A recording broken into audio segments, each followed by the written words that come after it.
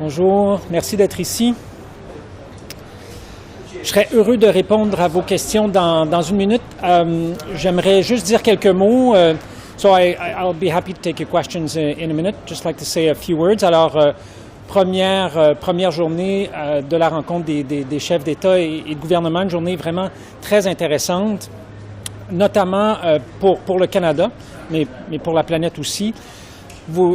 As many of you know, this is not the first time that I come to one of these conferences. This is the 19th time that I participate in one of the conferences, the United Nations on climate change. Obviously, this time in a very different role as Minister of the Environment and Climate Change. And I mean, we come here in a very different position than last time I was representing environmental groups in these meetings where Canada's position wasn't a very good one. And countries, by and large, didn't look to Canada as a partner to work on climate change. Et ça, c'est quelque chose qui a vraiment beaucoup changé au cours des dernières années. L'exemple de mon ami Jonathan Wilkinson, qui a co-présidé le groupe de travail avec son vis-à-vis allemand sur le 100 milliards de dollars. Et le fait que maintenant nous sommes devenus un joueur de premier rôle dans le cadre de ces négociations-là, parce que nous avons doublé notre aide à l'aide internationale sur les changements climatiques, parce que nous avons mis un prix sur la pollution qui est déjà l'un des plus ambitieux sur la planète et qui va continuer d'augmenter à 170 $ d'ici 2030. Et je pense que le message que l'on doit retenir de la journée d'aujourd'hui, c'est que the world is watching. And as Sir David Attenborough said this morning, let's work together to turn this tragedy into triumph for the people and for the planet. Alors, merci beaucoup. Monsieur Guilbeault, des environnementalistes qui restent des environnementalistes qui sont ici, qui nous ont dit cette annonce que le Canada a faite, c'est rien de nouveau. Alors que la COP26, ça doit être la COP où on accroît le momentum, où on donne une impulsion, et pour ça, il faut des annonces nouvelles. Qu'est-ce que vous répondez à ça? Quand vous dites c'est rien de nouveau, vous faites référence spécifiquement aux milliards de dollars qui proviennent d'un fonds qui existait déjà, à un prix sur le carbone qui avait déjà été placé. Il n'y a pas d'annonce nouvelle là-dedans. Bien, nous avons doublé notre aide sur l'adaptation et nous l'avons fait dans le cadre de la COP26. Donc, ça fait partie des communications que nous avons déposées au printemps dernier dans le cadre de la conférence, comme il était prévu par l'accord de Paris que nous le fassions. Nous avons augmenté nos objectifs de réduction d'émissions et nous les avons soumis dans le cadre de la COP26 au printemps dernier, comme il était prévu dans le cadre de l'accord de Paris que nous le fassions. Donc, nous faisons exactement ce qui était prévu dans le cadre de l'accord de Paris. Ce à quoi j'ajouterais deux choses. Nous avons, lors de la dernière campagne électorale, nous avons pris un engagement envers la population canadienne, soit de mettre un plafond sur les émissions de gaz à effet de serre du secteur du pétrole et du gaz. Aucun autre producteur de pétrole et de gaz sur la planète n'a pris cet engagement-là. On l'a fait dans le cadre de la campagne électorale il n'y a pas très longtemps au Canada, et nous avons pris cet engagement-là aujourd'hui devant la communauté internationale, devant nos partenaires internationaux, que le Canada allait mettre ça de l'avant. Et je peux vous dire que ça a attiré beaucoup d'attention. Je peux penser la première ministre des Barbades qui est venue nous voir pour nous dire qu'elle trouvait que c'était ça du leadership.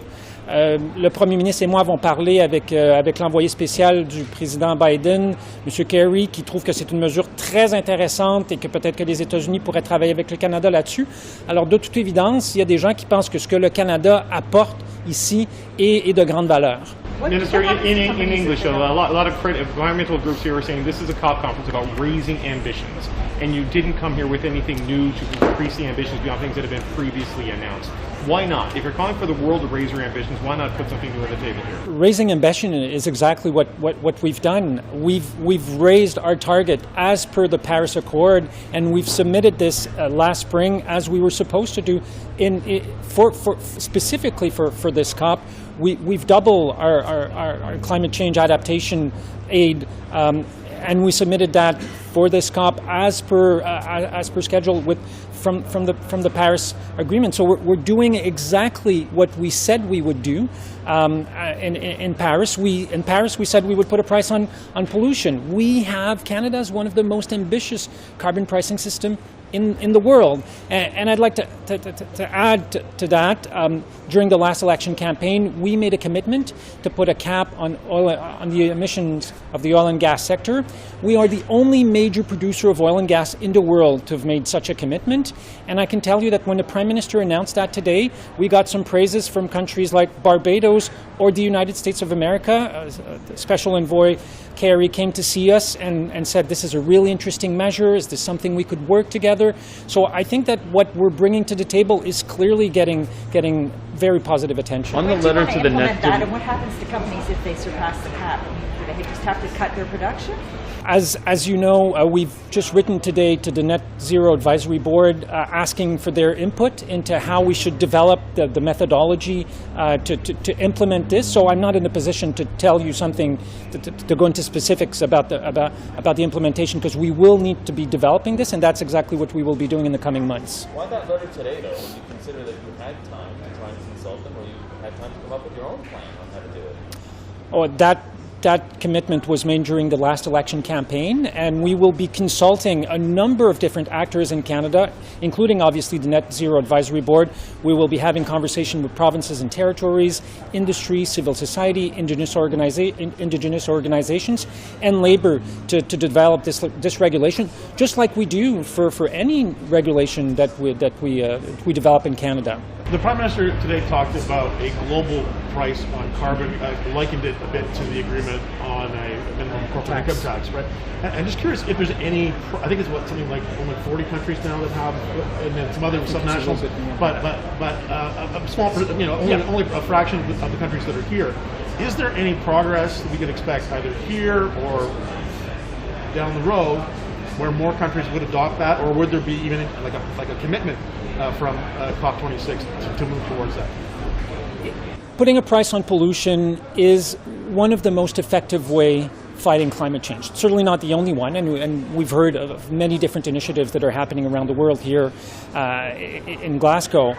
And I think, I'm certainly hearing a growing conversation and a growing interest in putting in place an international price on pollution like I've never seen before. So is it a done deal? Absolutely not. Could Glasgow be the moment that we actually start working on developing something like that? I think it has the potential to do that.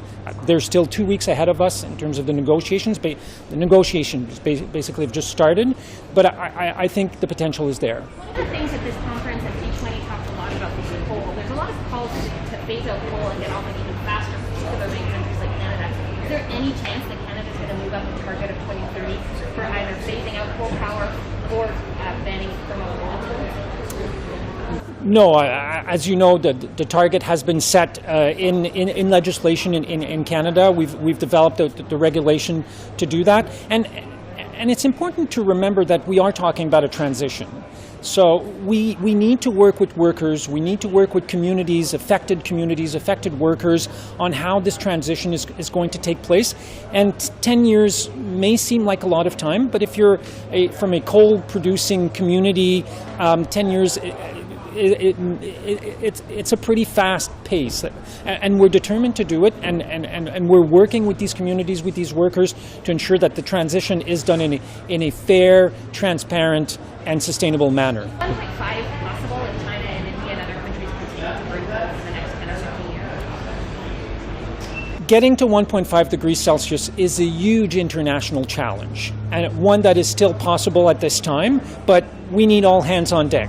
And I'm the first one to say that we need to do more, and my government and the Prime Minister said we need to do more, which is why we've announced this cap on oil and gas emissions, which is why we've committed to phasing out fossil fuel subsidies 2 years earlier than all of our G20 partners, So we're doing more, and we will continue to do more until we in the global community can safely say that we will stay within 1.5 degrees Celsius of increase in temperatures. M. Guilbeault, vous dites qu'il reste encore 2 semaines de négociations. Vous, qu'est-ce que vous voulez voir pour que ce soit un succès Glasgow d'ici 2 semaines? Ben, d'abord, je le disais tout à l'heure, mais l'excellent travail que mon collègue et ami Jonathan Wilkinson a fait pour qu'on ait une carte sur comment on va atteindre le 100 milliards de dollars d'ici 2023 de financement des pays industrialisés vers les pays en voie de développement pour faire face au changement climatique. C'est un des 3 piliers de la conférence de Glasgow. Et grâce, entre autres, au travail et au leadership du Canada, nous avons une entente. C'est excessivement important. Je pense que on a commencé un travail à Paris qu'on doit terminer à Glasgow sur la mise en œuvre des différents éléments de la conférence de Paris. Donc, il reste un certain nombre de règles dans différents dossiers qu'on doit adopter. Et je pense que Glasgow doit aussi être le moment où on commence une conversation qui va mener à ce que l'ensemble des pays de la planète s'engagent à faire encore plus que ce à quoi ils se sont engagés ici à Glasgow. Et c'est une conversation qui va prendre quelques années encore. Sorry, I was just going to ask you that in English. Will you finish that phrase? Yeah. Sorry, my bad. Just going to ask you to repeat that in English. But also, as somebody who's been to many of these COPs, do you see it differently, or can you put your old environmentalist hat on, and the fact that we're still at COP26 now, trying to get everybody on board, is that not at all frustrating for you? So the first COP that I attended was the first COP, COP1 in Berlin in 1995. There was maybe a few thousand people. There certainly weren't as many journalists and civil society representatives. There were no heads of states or heads of government, very few business people, no one from the financial sector that was there. And we can see since over those 25 years how many municipalities, how many subnational governments, how many countries, how many companies, how many communities have started moving in the fight against climate change. Now, we know we need to do more, but there's been tremendous work that has been done over the last 25 years, and there's still a lot more work that we need to do. But to imagine 25 years ago that an environmentalist would be Minister of the Environment and Climate Change of a G7 country, that I would be having a conversation with the Prime Minister and President Biden earlier about our joint collaboration between the United States and Canada on climate change, on electrification, on clean energy. This would have been unthinkable. So we have a long road ahead of us, but we've come from pretty far.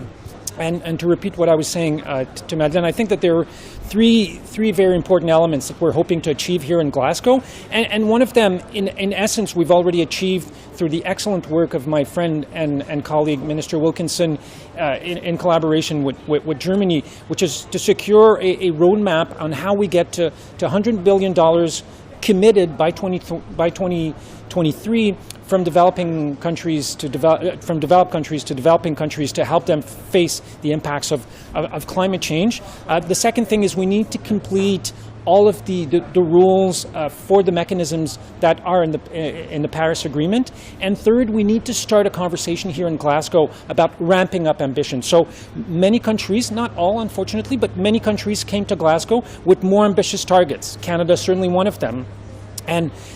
But that's not enough, and we recognize that, and we need to start a conversation in Glasgow on how we go even further, and that conversation will probably take another couple of years. On your legislation for emissions caps and reductions in oil and gas, will that also look at the possibility of production cuts in oil and gas? Because if you come to clean tech on extraction, but you send a bunch of oil abroad, you're just exporting emissions, right? I didn't say we would be adopting a legislation. I said we will be looking at what kind of mechanism we will need in Canada to implement this commitment.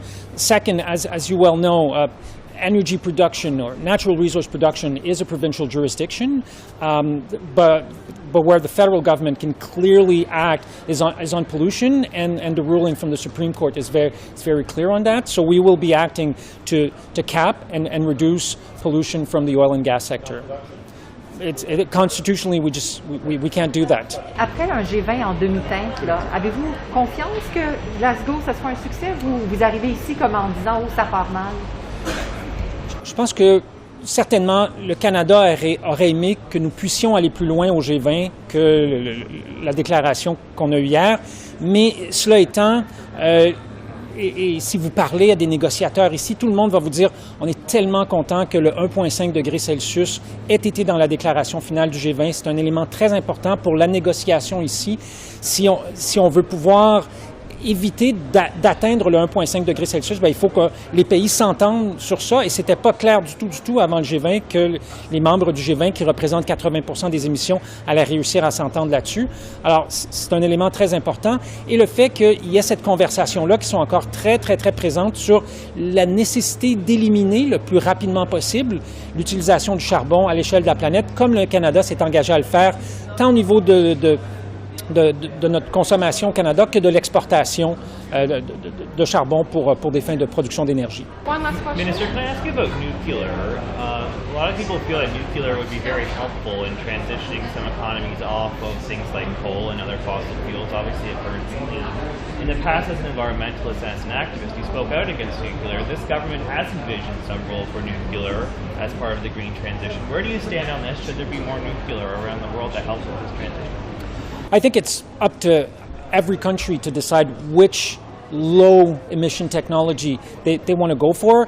Clearly, what we're seeing right now is around the world, and it's true in Canada, is that renewable energies are becoming very difficult to compete with. I mean, we're producing wind energy and solar energy anywhere between 2 and 3 cents a kilowatt hour.